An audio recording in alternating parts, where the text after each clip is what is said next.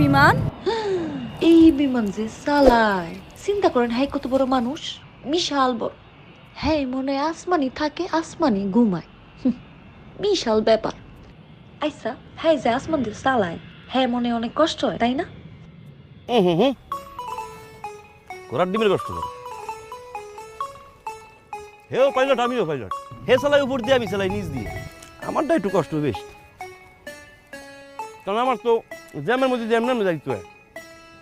হে তো যায় এমনি, হেডটা দিলে আমি চালাইতে পারবো, আমারটা দিলে হে পারবো না, প্লাস্টিকে লাগাই দিব।